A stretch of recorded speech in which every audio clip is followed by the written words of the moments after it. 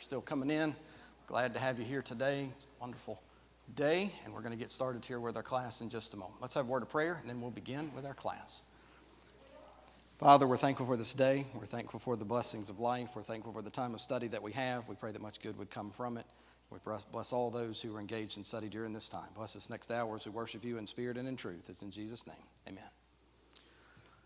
Good to be back with you. Appreciate Brother Russell and taking over last week and being out. When you teach on Wednesday and you don't always have as much time as you do on Sunday, so any extra time I'm sure he was glad to have, and so we'll continue with our study today. But we are looking at, as I've said before, that little bitty piece of paper at one page that's in between the Old and the New Testament, kind of going back and looking at some of the things that have developed in the 400 years since Malachi and before Matthew opens. Our theme verse, our theme text has been, we'll keep mentioning this at the beginning, Galatians 4, chapter 4, verses 4 and 5, especially that phrase that's bolded there, in the fullness of time. When the fullness of time had come, God sent forth his son. That phrase, fullness of time, when everything was ready, when everything was prepared, that's when Jesus came. And we've asked the question before, why didn't Jesus come, 1,000 years before he came? Why didn't he come 100 years after he actually came? Why that particular time? And it's not just because, he just, flipped a coin or arbitrarily said, now, go now. Everything had to be ready, and there were precise things that had happened. Man made all these decisions, but it worked to the bringing about of Jesus. And we've talked about some of those things at the beginning. And so we'll keep looking at that. Another text is Daniel chapter 2, verses 36 through 45, where we have that statue that Nebuchadnezzar dreamed, and Daniel told him that each of those elements of that statue represented a different kingdom. And this has kind of been the outline for the whole class, because while God didn't speak to man directly for 400 years, from Malachi until Matthew, he did not leave himself without a witness, because he told them what was going to happen. And as we're going to see today, he went into more detail a little bit later with Daniel, or a little bit later in the book of Daniel. And so we've used this as the outline. We've only looked at the first two so far. We've looked at Babylon and the next one there, the shoulders and arms of silver being Persia. We were talking about some of these things, that each of these people groups, each of these empires, kingdoms, contribute something to the fullness of time. And when we get to the end, hopefully I'll be able to condense it down to say, this is what each group kind of contributed, and the reason why they, what they did, and why it contributed to the fullness of time. But I read something this past week that I knew, but it reminded me of it, either read or saw, I can't remember. Something that Babylon contributed.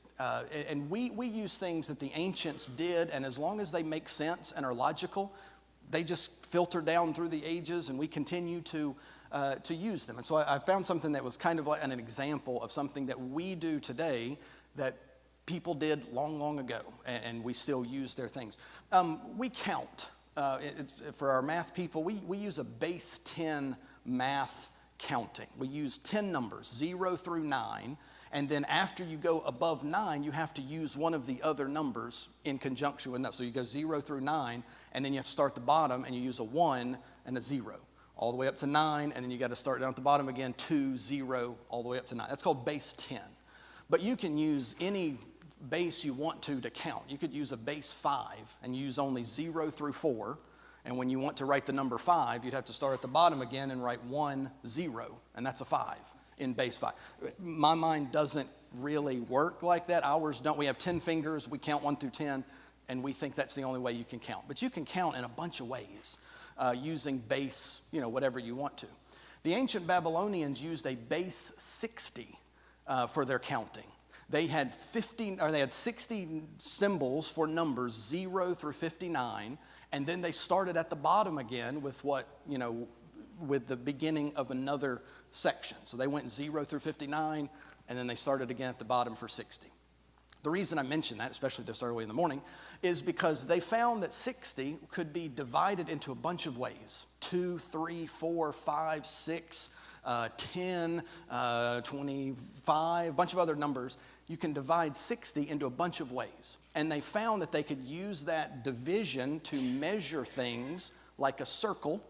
And so 360 degrees circle. That's why we have 360 degrees in a circle, is because the Babylonians counted with 60. And they also used the number 60 to divide time. And so there are 60 seconds in a minute. There are 60 minutes in an hour because the Babylonians did that. And so down through the years. So we can divide it very easily into 10, quarters, halves. And that's why it is the way that it is. And the reason they did that, and you can do this yourself, look at your hands. And you'll see on your hands, you have the four fingers that are right here. We count 1, 2, 3, 4. But there are actually 3 sections of each finger. 1, 2, 3, 1, 2, 3, 1, 2, 3. And if you will use your thumb and point to each of those and count 1, 2, 3, 4, 5, 6, 7, 8, 9, 10, 11, 12. Use this hand to count how many times you go through that. 1, 2, 3, 4, 5, 6. If you count the 12 sections 5 times, what number do you get to? 60. So that's how they counted. They would be, if they were counting things or beads or whatever it was, they would use that as the way of counting.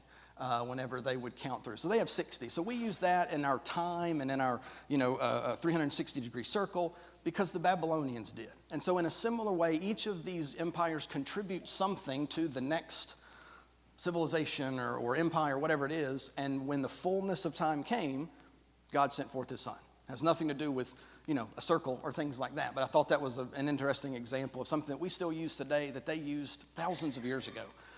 And it's the reason that we have those things. The silver was representative of Persia. And a couple of weeks ago, we ended and had to rush through this at the very end. But this is one of the contributions of the Persians. I showed this picture, this relief picture that's here, someone carved, of the Persians at the bottom here, putting to death a group of people that they had conquered, and they were executing them, and they were using large pointed staffs or vertical logs that had been sharpened at the end, and they were putting these people, impaling them and hanging them in the air on top of these things. Also gruesome and grisly, especially for our tastes today.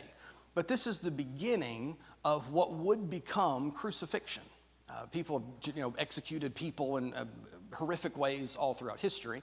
But the Persians seem to be the ones who took, not that they invented it, but they kind of took it, and it became their way of executing people. We also looked at this picture that was drawn centuries after the Persians. This isn't like it was a thing that they drew. But it's a depiction of the Persians when they executed a would-be tyrant. They put him to death, and then they wanted to do something with his body to shame him or anybody else that wanted to become a tyrant to them. And so they tied his arms and his feet to a tree. And he's here in the top right-hand corner. So they found a tree, according to the history that we have, and they just tied his hand above his hands, above his head, his feet below his waist there. He's already dead, but they put him there as kind of a shame. You'll remember that the Bible says that cursed is any man that hangs on a tree. This is kind of the idea here.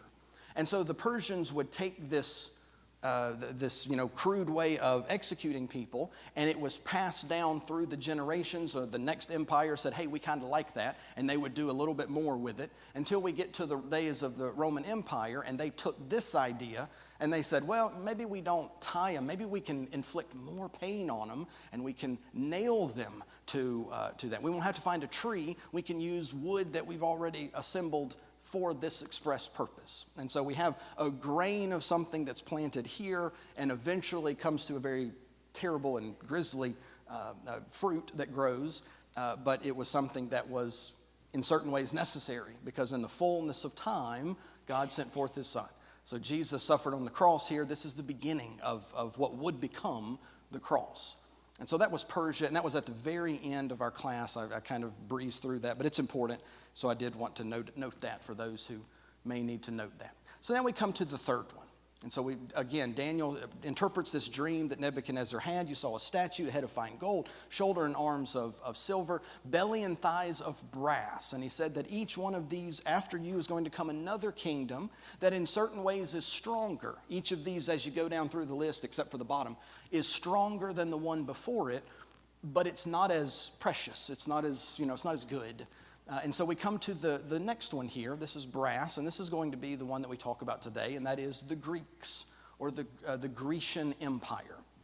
And we'll spend some time on this because they, until the Romans, 150 years or so before Jesus, they're the ones that are kind of in charge, and they are the ones who are going to exert the most influence on the first century.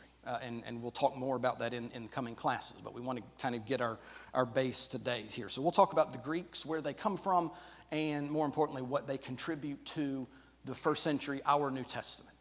As I said before, I even said it just a few minutes ago, though God does not talk to man, but between Malachi and Matthew, there is no revelation, there's no inspiration, there is no direct speaking to prophets or anyone else. It does not mean that God was not still working during that time, which is another thing that we hope to see in this class. But also, he did not leave himself without a witness. He told people, even though he wasn't going to speak, he told people what would happen during that time, so that when it happened, you can look back and say, look, it's all according to his plan. It's all part of it. That was that statue in Daniel 2. But there's also another vision that's mentioned in Daniel 8 about a particular part of that statue, though he doesn't use the statue as an image. Let's look at it here. Daniel 8, verses 1 through 8. I'll have the words here, but obviously you're welcome to look at that in your own. Let's start here with verse 3, where Daniel's talking about he's had this vision. He was by the river Ulai, and as we said before, that word river probably is a canal, one of those Babylonian canals or wherever he was. But as he's there, he says, I lifted up my eye and I saw, behold, there stood by a river a ram which had 2 horns, and the 2 horns were high, but one was higher than the other, and the higher came up last. When we read symbolic language, I know our instinct is to picture it, and especially in Revelation, we picture things. How does that work? Really, the symbols are what we want to grapple onto, not really what it looks like, though it is interesting here to picture this. So we got a ram, one horn is bigger than the other, and they grow from the head, and the one that was higher actually comes up last, so it's faster and is more powerful, is the idea here. Verse 4, I saw the ram pushing westward, northward, southward, so that no beast might stand before him. Neither was there any that could deliver out of his hand, but he did according to his will and became great. Verse 5 and 6. And as I was considering, behold, a he-goat came from the west on the face of the whole earth, touched not the ground, and the goat had a notable horn between his eyes. And he came to the ram that had 2 horns, which I had seen standing before the river, and ran into him with the fury of his power. Verse 7, and I saw him close unto him, unto the ram, and he was moved with choler, or with anger, against him, and smote the ram, broke his 2 horns, and there was no power in the ram to stand before him. But he cast him down to the ground, stamped upon him, and there was none that could deliver the ram out of his hand. Therefore, the he-goat waxed very great, and when he was strong, the great horn was broken, and for it came up 4 notable horns after him toward the 4 winds of the heaven. So you read that, we get this image here, and people throughout the centuries have tried to draw this picture of what it is that Daniel saw. And of course, you have a multitude of people who want to try to interpret this and what it means, especially when they want to bring it into the present day to say that, there's a coming kingdom and this or that, it's Iran and it's, whatever. But we're told what the image here represents a little bit later in Daniel chapter 8. But we have this ram that was pushing in 3 directions that we'll notice. And then there comes a goat from the opposite direction. It's pushing in the opposite way. And so that they collide. And this goat that has a very notable horn between its eyes, one single horn, it kills very angrily the ram that used to be great. And now the goat is all that is left. So if you read through verse 8, it's, what does that mean? Who knows what that... A little bit later on in the chapter, Daniel is told what this represents. So verses 20 and 21 we read. Verse 20, the ram which you saw, having 2 horns, are the kings of Media and Persia. And the he-goat, or the rough goat, is the king of Greece. And the great horn that's between his eyes is the first king. So here is our symbols and what they represent. You saw this ram that was going in different directions, and we had two horns. One was higher than the other, and that one came up after the first one. And so we have the kings of Media and Persia. He also says there back in verse 3 that that ram that stood there had two horns. One was higher than the other, and the higher came up last. Let's remember 2 weeks ago when we talked about Persia. A few of the things that we talked about them is that they, as a group of people, are a little bit later on the scene than some of the other groups. And their great king, Cyrus the Great, or Cyrus II, united his people first against the Medians and then the Babylonians. We looked at this picture right here, and I know the colors are perhaps a little difficult to see, but Persia is in the bottom, towards the bottom right. Persia, there's the light pink, and Media is the darker pink that surrounds it.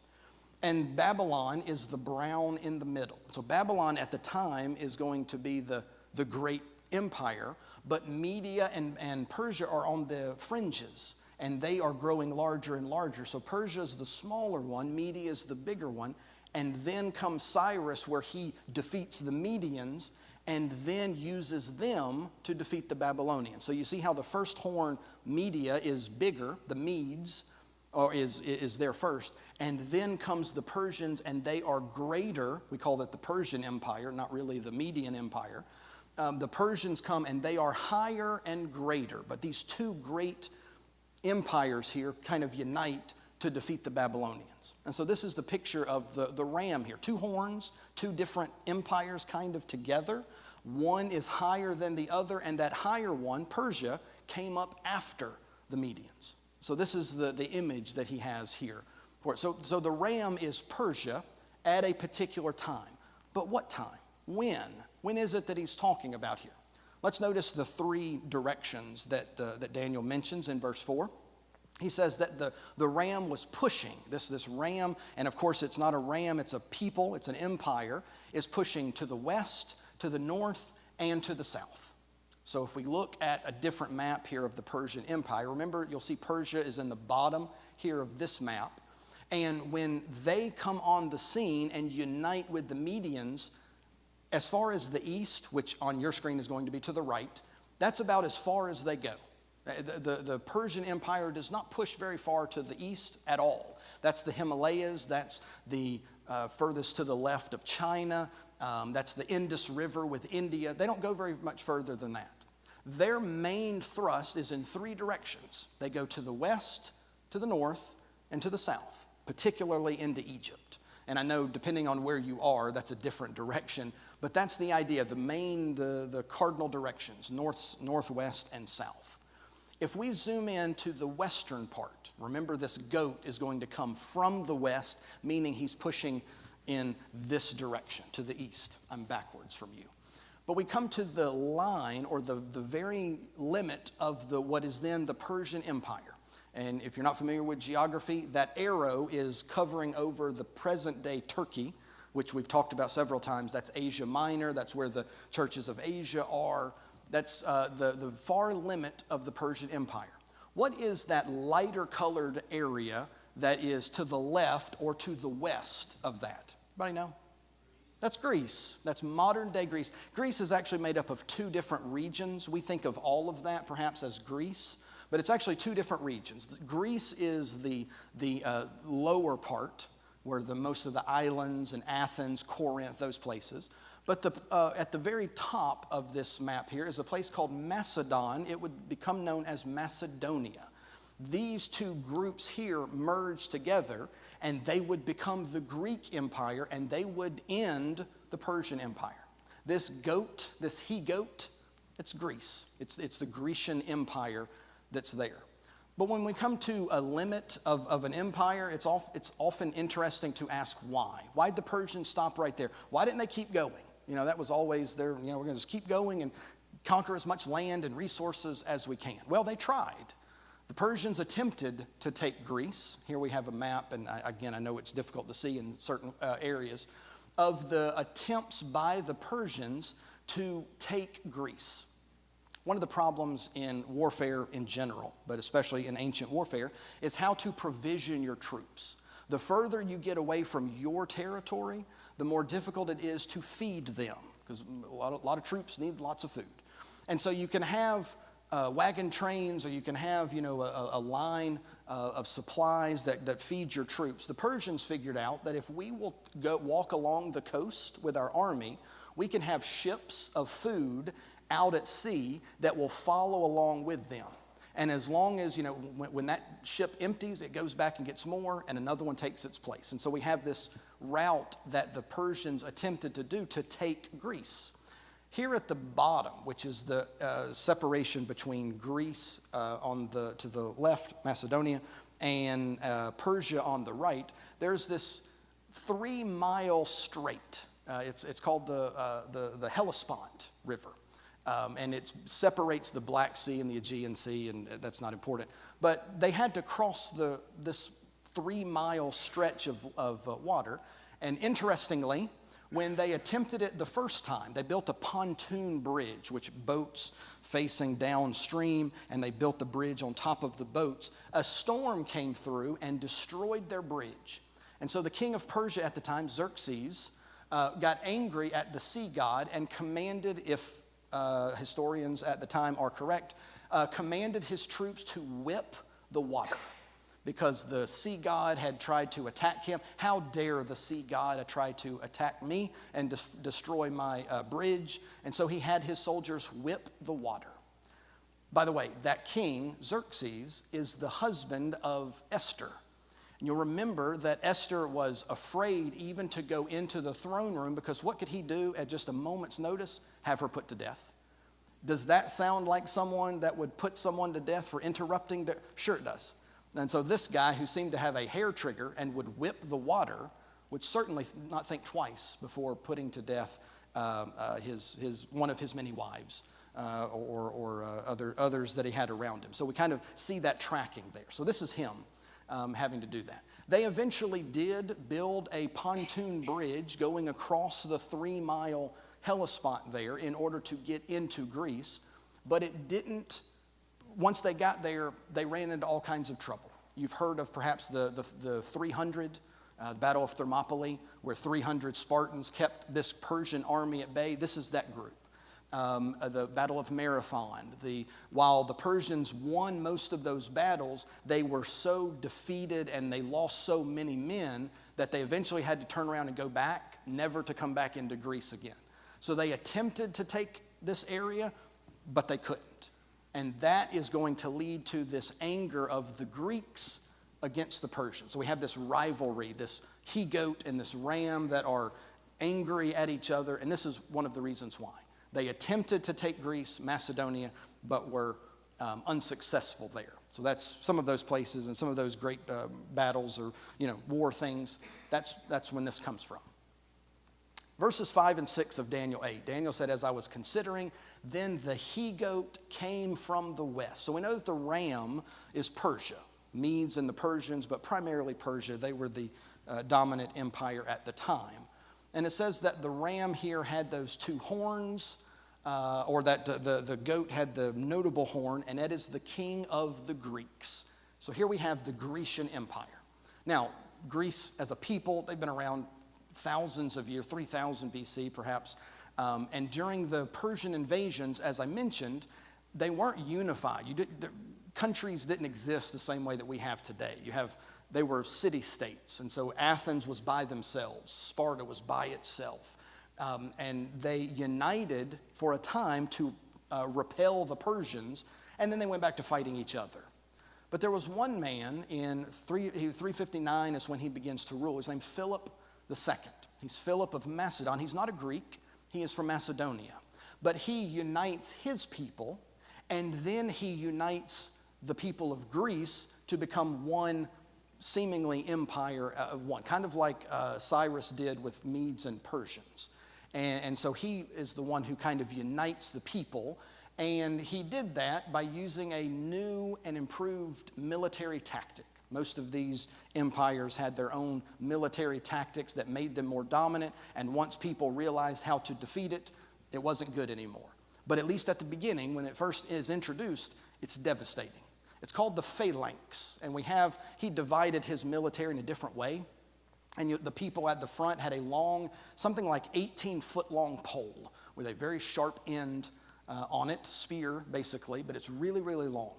And each line of men going from top to bottom, as you're looking at it here, would hold their spear out in front of them. It actually didn't weigh very much, surprisingly.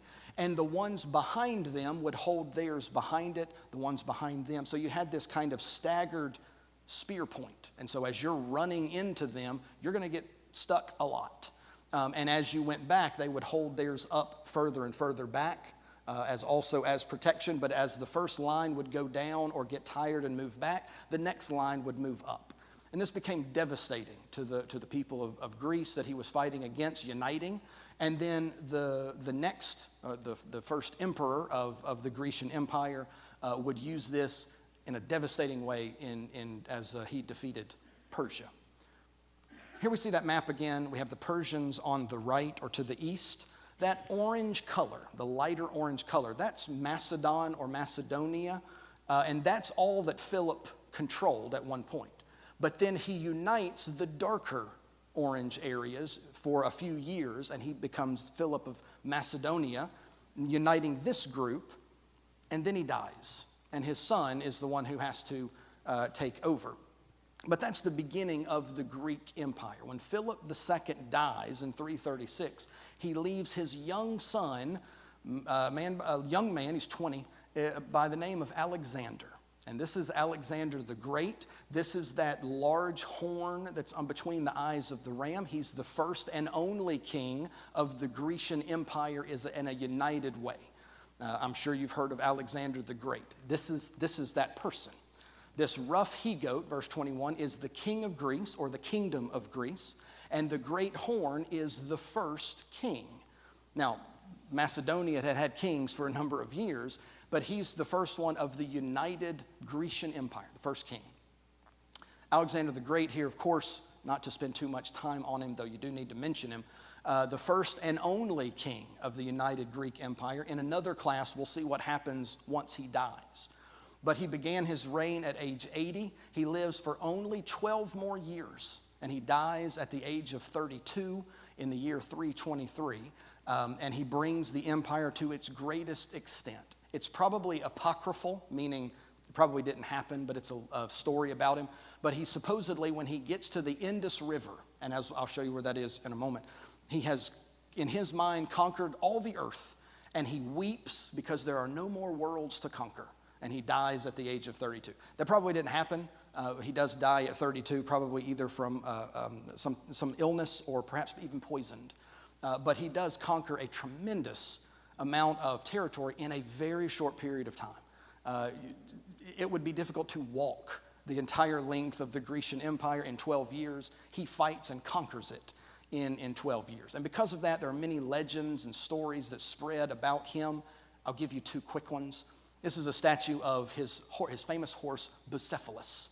And Bucephalus was apparently untamable, because whenever someone would try to put a saddle on him or try to tame him, he would get really angry and kick and couldn't do it. And the people that owned him were known as great horse traders and horse sellers. And Philip II, Alexander's father, wanted this horse. But because he couldn't tame it, he says, I'm not going to buy it from you. And Alexander said, if I can tame it, can I have him? And his father said, sure, if you tame this horse, you can have that horse. Because Philip, according to the legend, Alexander realized that what was frightening Bucephalus was his shadow. So when the sun was shining down, he saw his shadow, and it scared him. And that's what made him kind of flip out. So what he did was he turned him towards the sun so that the sun was in his eyes, the horse, and he was able to tame the horse. And this is his famous Bucephalus that he used to conquer the entire Grecian Empire. One other one is the Gordian knot. According to legend, there was a really tightly bound knot on an ox cart in a place called Gordia. And according to legend, whoever unties the knot is going to become the king of all the world, or at least Asia. Think of King Arthur and the sword and the stone. Whoever pulls out the sword is going to be king. Whoever can untie this knot is going to be the king of Asia. And many people tried to untie it. They all came and tried to undo the knot and made their fingers bleed trying to untie this knot. So Alexander comes to it. He hears the legend. He says, I can untie that knot. And he takes out his sword and he cuts it in half. And so he unties the Gordian knot in a very almost cheating kind of way. But it's indicative that he is going to become king of Asia. So some of these legends come about from him, stories that were told about him. He certainly is great in the way that his conquering, that sort of thing. But he is this goat, or at least the horn that's coming out of the goat here. Alexander deals the death blow to the Persians. 3 separate battles. This is not going to be on the test. The Battle of Granicus, Issus, and Gaugamela. That's the end of the Persian Empire. They own no more land. While there are Persians, there's no longer a Persian Empire. He defeats this. He's really angry at them because of what they did to the Greeks and the Macedonians during that time of Xerxes that I mentioned earlier. So he very angrily destroys the Persian Empire and then continues. He goes to the south into Egypt and then turns his attention eastward to the rest of what used to be the Persian Empire.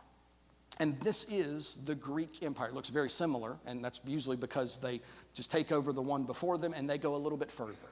At the time, and I've said this before, it was the largest empire in history. And so they control all of this. You can see this red line here. That's Alexander's route that he took all the way to the end. And he dies out in the east, or to the right of your screen here is where he eventually dies. But this is his route that he takes, and he conquers using that phalanx and some other methods that he develops along the way.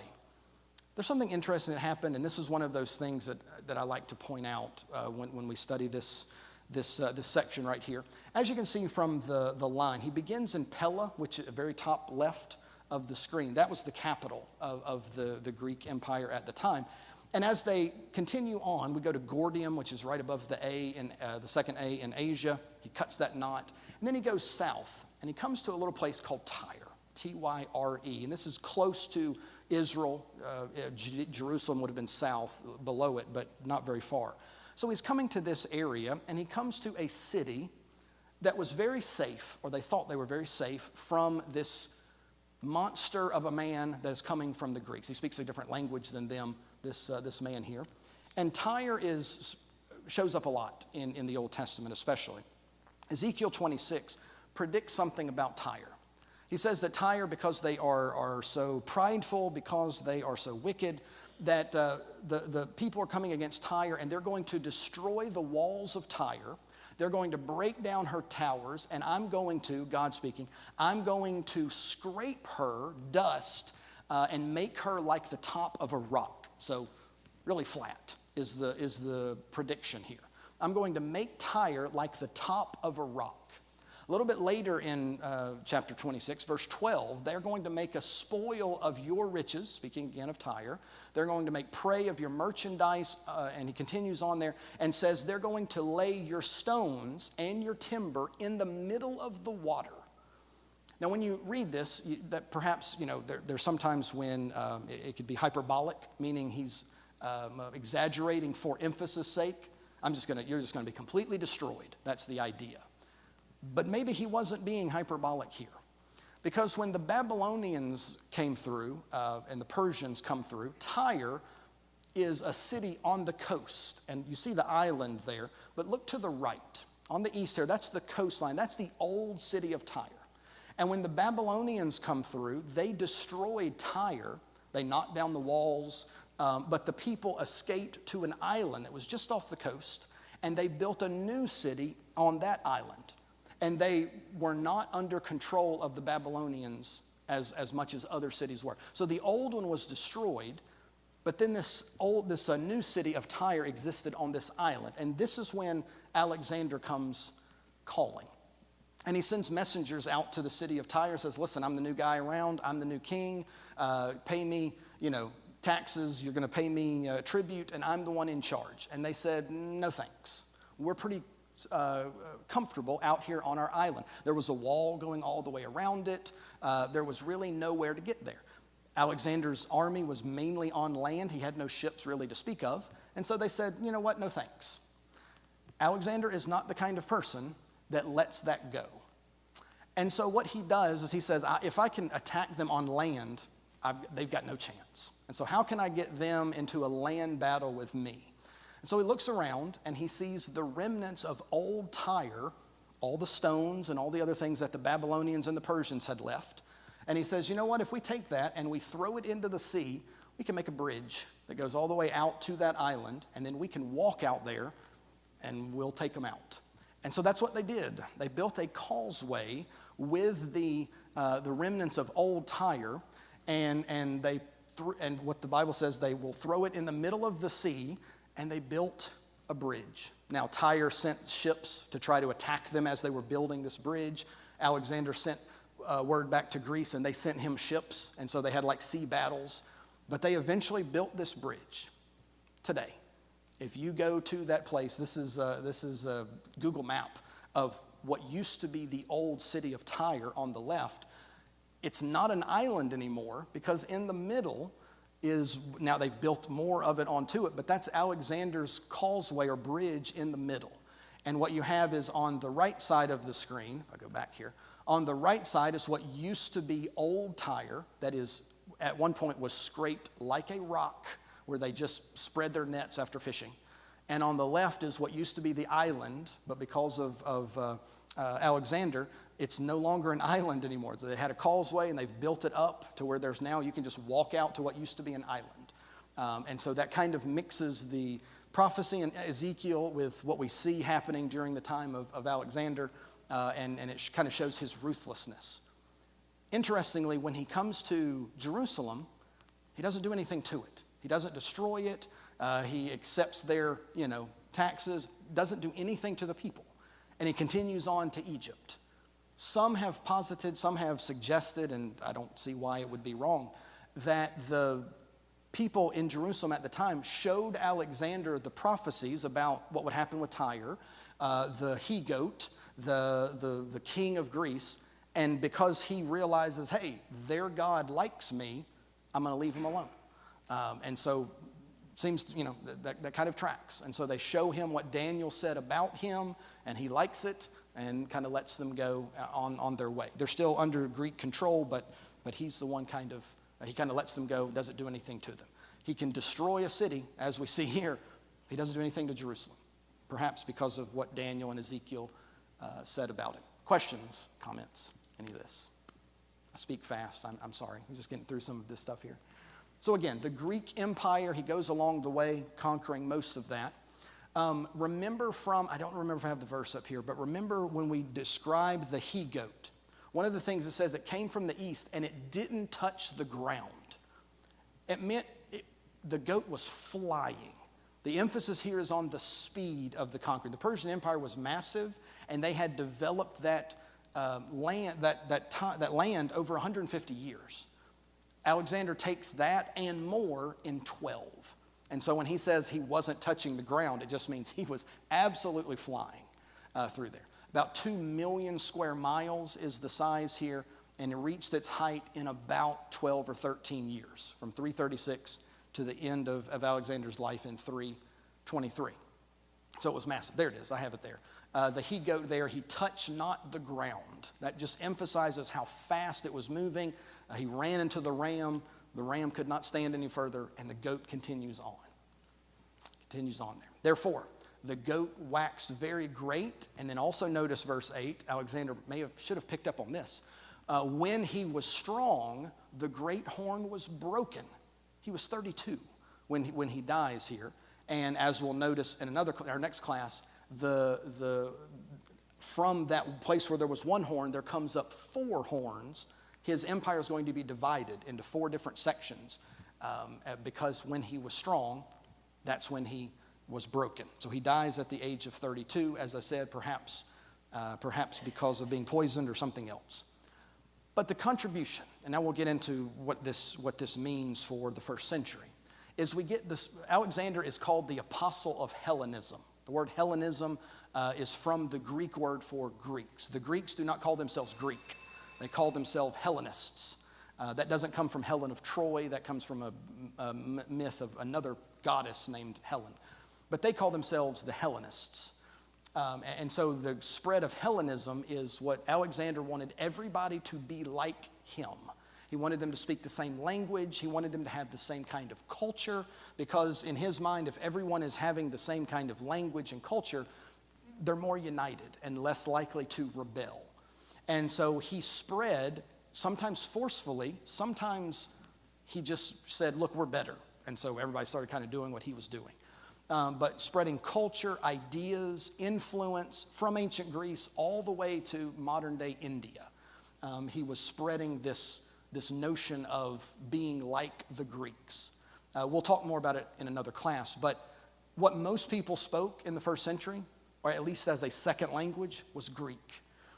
And the first century church, when it begins to spread, I know they had the ability to speak in other language miraculously, but even those who didn't have the ability to speak in languages could speak Greek, at least in part, to communicate with more people. For the first time, seemingly since Babel, more people were able to communicate than ever before. And so this is one of the reasons why Jesus comes when he does, because had he come earlier, there wouldn't have been as much communication. The church couldn't have spread as quickly. But because of Alexander and the spread of Hellenism, more people are able to do that. He founds a lot of cities. He was very proud of his name.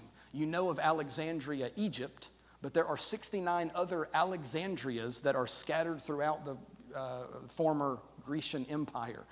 He would just start, I'm on a city right there, and I'm going to name it Alexandria. They were all named the same thing.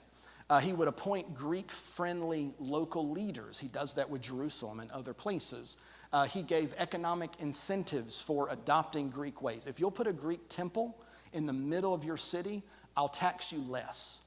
I'll let you trade with the rest of the empire if you will build a cathedral or an arena for sport or games. So adopting Greek culture becomes a way of kind of ingratiating yourself to the empire. You can become like us, which is not something that the Persians or the Babylonians or the Assyrians offered. You're down here, we're up here. Alexander said, if you are like us, you can be kind of with us. And that was a big draw for most people. So that's why they adopt some of these things. They were open either to suppression or ridicule for local customs. And that's something that the Jews are going to have a hard time with. This push and pull of some of us want to be like the Greeks, and some of us want to maintain our religion, the Jewish religion, this sort of thing. And so there's this push and pull of culture and what they know to be right. Hopefully that seems familiar to you, because wanting to be like the world or be what we know we should be. That seems to be always a temptation for God's people. But the Jews start to feel that. And while they'll adopt things like the Greek language, it's the Grecian gods that they have a problem with. And that's going to become an issue, as we'll see next week. We'll continue with the Greek study here next time that we are together. Any comments, any questions, anything I need to go back to? As I've offered before, you're welcome to these presentations that I have. Give me your email address. I'll send them to you. Would hate for this to stop with me. So if you'd like it, just let me know. Let's stop right there, and we'll pick up with our next lesson next week. Thank you for your attention today. I appreciate it.